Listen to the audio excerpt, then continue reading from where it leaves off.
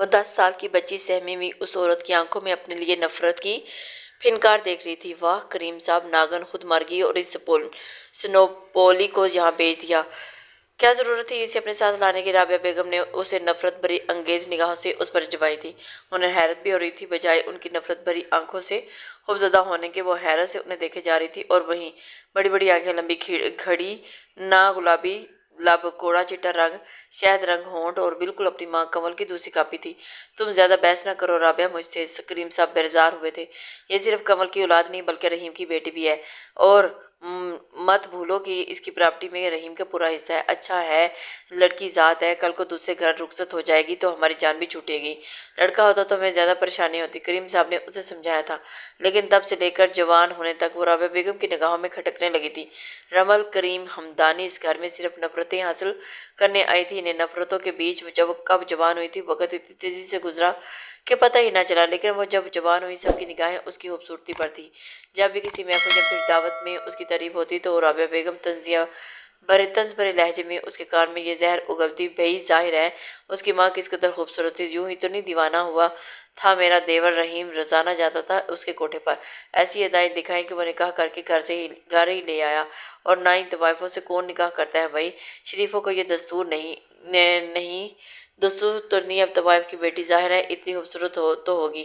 رمل کو لگتا ہے کہ اس کے وجود پر کسی نے تیر برسا دیے تھے، اور اس کی ماں اس دنیا سے رخصت ہو گئی تھی، لیکن رابعہ بیگم جو کہنے کو تو اس کی تائی ماں تھی، سب سے بڑے دایا ابو کی بیگم صاحبہ، لیکن اس کے لیے قابل نفرت بن چکی تھی۔ اسے بار بار اس بات کا احساس دلایا جاتا تھا کہ جیسے اس کی ماں عزت کے قابل نہیں تھی، طوائفوں کے کوٹوں سے بھاگ کر اس کے باپ کے ساتھ آئی تھی، اور اس طرح وہ کبھی بھی اس گھر میں عزت نہیں پا سکے گی۔ تایا ابو اپنے 4 بچے تھے، اور سب سے بڑا بیٹا ابرار بھائی، اور اس کے بعد زرار، 2 بیٹیاں تھیں معروش اور ابرش۔ ان کے بچے پیسوں میں کھیلتے رہے، لیکن رمل کو پائی پائی کے لیے محتاجی کا سامنا تھا۔ جب بھی اسے پیسوں کی ضرورت ہوتی تو وہ تایا ابو کے سامنے ہاتھ پھیلانے پہنچ جاتی تھی، ماما مجھے پیسے چاہیے۔ وہ جو حساب کتاب میں الجھے ہوتے انہیں دیکھ کر چونک جاتی، تائی اماں جیسے اسی آنکھوں سے نگلتی، اور کیا ضرورت پڑ گی تمہیں پیسوں کی کہ اپنے پاس جمع کرنے کی کوشش کر رہی ہو؟ وہ طنزیہ انداز میں اپناتی ہوئی، بھلا میں پیسے جمع کر کے کون سی اپنی بلڈنگ بناؤں گی؟ تائی ماں کالج کی فیس دینی ہے۔ پہلے وہ جواب نہ دیتی تھی، لیکن اب وہ ہر بات کا جواب دینے لگی تھی۔ اسے یہ سب کچھ برداشت نہیں ہوتا تھا، اور اب وہ کرتی بھی تو کیا کرتی، اپنے حق کے لیے اس نے آواز تو اٹھانی تھی۔ پھر آہستہ آہستہ پر اعتمادی نے انہیں تفصیل بتانے لگی تھی۔ وہ جان گئی تھی کہ جتنا خاموش رہے گی اتنا ہی عورت اس پر حاوی ہو جائے گی، اور کوئی جگہ نہ چھوڑتی تھی کہ اسے ذلیل کرے۔ اس بات کا احساس نہ دلائے کہ اس کی ماں کوئی خاندانی عورت نہیں بلکہ ایک طوائف تھی، اور اس کی وجہ سے ہی وہ ذلیل ہو رہی تھی۔ اب باپ نے اس طوائف سے پسند کی شادی کی تھی، 10 سال تک وہ اپنی ماں کے ساتھ ہی رہی تھی۔ آج بھی اس کی من موہنی صورت اس کی آنکھوں کے سامنے جاتی نہ تھی، لیکن جب بیماری نے اس کے کہیں کا نہ چھوڑا تو موت کے منہ میں جانے لگی، اور اس نے جانے سے پہلے تایا ابو کو فون کر کے بلوایا تھا کہ یہ آپ کے چھوٹے بھائی کی امانت ہے۔ بھائی صاحب، آپ اس کے خاندان نے مجھے تو قبول نہیں کیا، لیکن یہ معصوم ہے، آپ کے بھائی کا خون ہے، اسے اپنے ساتھ لے جائیں۔ اگر نادرا بھائی کو پتہ چل گیا تو میرے بیٹی کے بارے میں تو وہ اسے ساتھ لے جائے گی، پھر آپ کے سگے بھائی کی یہ نشانی ہے، روزانہ جوان ہو کر لوگوں کے بستر گرم کرے گی، کیا یہ بات آپ کو گوارا ہوگی؟ کنول نے روتے تڑپتے ہوئے انہیں ایک بھیانک سچائی سے آگاہ کیا تھا۔ کریم صاحب بھی اس حقیقت سے واقف تھے، اور انہوں نے اس خوبصورت بچی کو دیکھا، سر پر سکارف لپیٹے، وہ بہت سیدھی سادی اور معصوم لگ رہی تھی، اور انہیں بھی اس پر بہت پیار آیا تھا، اور وہ یہ سب سن کر تو تڑپ بھی کر رہ گئے تھے، اور انہوں نے فیصلہ کیا تھا کہ وہ اپنے بھائی کی نشانی کو کبھی بھی یہاں پہ رہنے نہیں دیں گے۔ پھر انہوں نے اسی لمحے کو سوچا بھی نہ تھا اور اپنے ساتھ لے کر آ گئے تھے، اور ان کی بیوی رابعہ بیگم اس ننھے سے وجود سے نفرت کا اظہار کیا تو ان 4 بچے بھی اسے منہ نہ لگاتے۔ جس طرح ماں نے انہیں سمجھایا تھا کہ یہ لڑکی ہے تو تم لوگوں کی کزن، لیکن نہ عزت کے قابل ہے اور نہ ہی محبت کے، کیونکہ اس کی ماں ایک طوائف تھی۔ اسی نفرت کے بیچ وہ پل کر جوان ہوئی تھی، اور بڑے بڑے گھر میں رہتے ہوئے بھی بالکل اکیلی تنہا تھی۔ نہ اپنی تکلیف ہے نہ اپنے دکھ درد کسی کو بتا سکتی تھی، لیکن اس کے اندر اعتماد تھا کہ وہ اب تائی اماں کی کسی بھی غلط بات کا آنکھوں میں آنکھیں ڈال کر جواب دینے کی دینے کی ہمت رکھتی تھی۔ یہی وجہ تھی کہ وہ اب اس سے زیادہ بحث نہ کرتی، اپنے دونوں بیٹوں کو اس سے یوں دور رکھتی کہ جیسے وہ ایک اسیب ہے جو ان کے بیٹوں کو نگل لے گی۔ لیکن قسمت کو کچھ اور ہی منظور تھا۔ وہ سوچ بھی نہیں سکتی تھی کہ کل کو کوئی یہ لڑکی جوان ہونے کے بعد اس کے بیٹے کے عشق بن جائے گی اور وہ اسی کے عشق میں یوں ہو جائے گا، خجل ہو جائے گا۔ جھلستی گرمی میں وہ گھر پہنچتی تھی اور کالج وین خراب ہوئی تو باقی کا سفر اسے خوار ہو کر طے کرنا پڑا تھا۔ پورچ میں کھڑی 4 گاڑیاں اس کے کسی کام نہ تھی۔ اسے اتنا حق نہیں تھا کہ کسی کو فون کر کے کہہ دیتی کہ وہ سڑک کنارے کھڑی ہے اور آ کر اسے لے جائیں۔ اس گھر میں رہنے والے ایک آدھے فرد کے علاوہ تقریباً سبھی اس سے نفرت کرتے تھے۔ خاموشی سے وہ اپنے کمرے میں آئی اور یونیفارم چینج کر کے کچن کی جانب چلی گئی تھی اور بانو دوپہر کے برتن دھو رہی تھی۔ تقریباً سب نے کھانا کھا لیا تھا، 2:30 بج رہے تھے، لیکن ابھی اسے کھانا کھا کر نماز نہیں پڑھنی تھی۔ جلدی جلدی وہ 2-3 نوالے لے کر نماز پڑھنے چلی گئی تھی۔ یہ اس کا روز کا معمول تھا۔ بھلے ہی اسے ایک طوائف نے جنم دیا تھا، لیکن ضروری نہیں ہے کہ طوائف کی بیٹی بھی وہی سب کرے جو اس کی ماں اپنی جوانی میں کیا کرتی تھی۔ وہ نہ صرف نماز پابندی سے پڑھتی تھی بلکہ قرآن بھی پڑھنے کا شوق رکھتی تھی۔ روزانہ فجر میں اٹھ کر نماز پڑھنا اور پھر قرآن پاک کی تلاوت کرنا اس کا معمول تھا، اور لان میں چلی آتی تھی جہاں لان میں پنجرے میں موجود خوبصورت پرندے جنہیں زرار نے پال رکھا تھا اس کی توجہ کا مرکز بن جاتے تھے، اور اس کے سامنے دانہ پانی رکھتی اور پھر ان سے باتیں کرتی اور اپنی تنہائی سے لڑنا سیکھ رہی تھی۔ لڑنا اسے اکیلے جینا آ گیا تھا۔